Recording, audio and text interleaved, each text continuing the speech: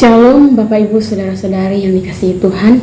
Kembali lagi dalam Sarapan Rohani STT Paulus Jakarta bersama saya Vincio Enu, mahasiswi semester 4. Pada hari ini saya akan membagikan kebenaran firman Tuhan.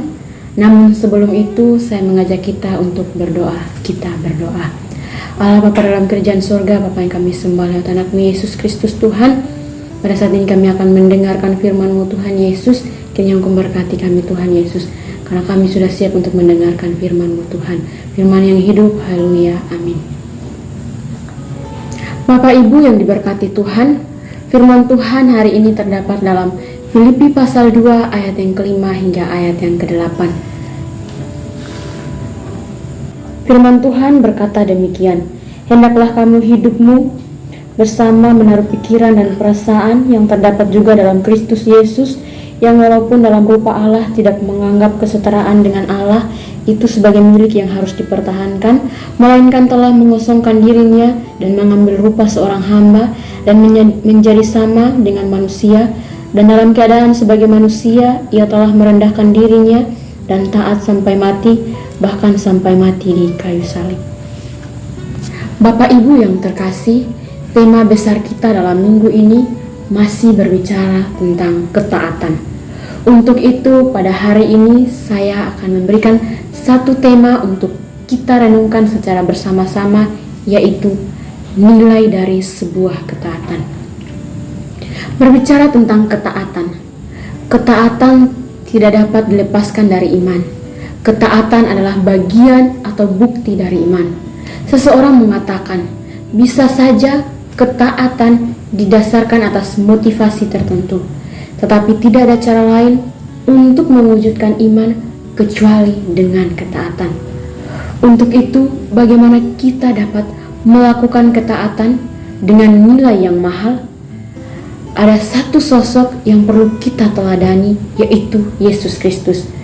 Ada 3 hal penting yang perlu kita teladani dari ketaatan Yesus. Yang pertama, ketaatan Yesus tidak terpengaruh oleh penderitaan yang dialaminya. Di tengah banyaknya orang berusaha menghindari masalah dan penderitaan yang muncul akibat masalah, Yesus justru membuktikan ketaatannya di tengah penderitaannya. Yesus tidak berhenti berkarya dan melayani sekalipun banyak tekanan dan penderitaan yang dialaminya, karena hidupnya tidak terkonsentrasi pada penderitaan, tapi pada ketaatan untuk mencapai apa yang Bapa kehendaki dalam hidupnya. Seringkali nilai sebuah ketaatan diuji melalui masa-masa sulit dan penderitaan. Kebenaran yang kedua, ketaatan Yesus tidak berubah karena ketidaksetiaan para murid.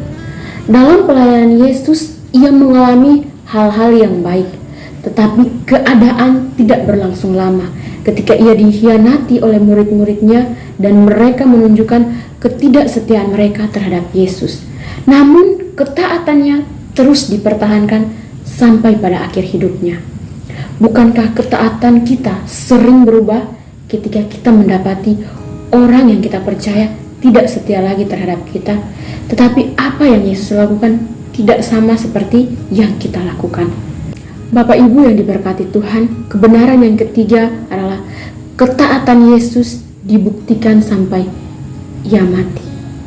Ia telah merendahkan dirinya dan taat sampai mati. Ini menunjukkan bahwa bagi Yesus ketaatan adalah harga yang mutlak, harga mati.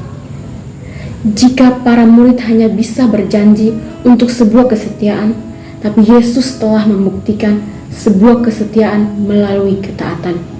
Yesus dapat taat secara mutlak karena ketaatannya berorientasi kepada kehendak Bapa. Ketaatan yang berorientasi kepada Allah akan menghasilkan ketaatan mutlak. Sebaliknya, ketaatan yang hanya untuk menyenangkan hati manusia akan menimbulkan ketidaktaatan yang tersembunyi. Untuk itu, Bapak Ibu Saudara-saudara, marilah kita meneladani ketaatan Yesus Kristus, karena ketaatan seperti itulah yang memiliki nilai yang mahal dan tidak semua orang dapat melakukan hal demikian. Maka dari itu, marilah kita menjadi salah satu dari orang yang mau melakukan ketaatan yang mahal seperti Yesus. Tuhan Yesus memberkati kita. Amin.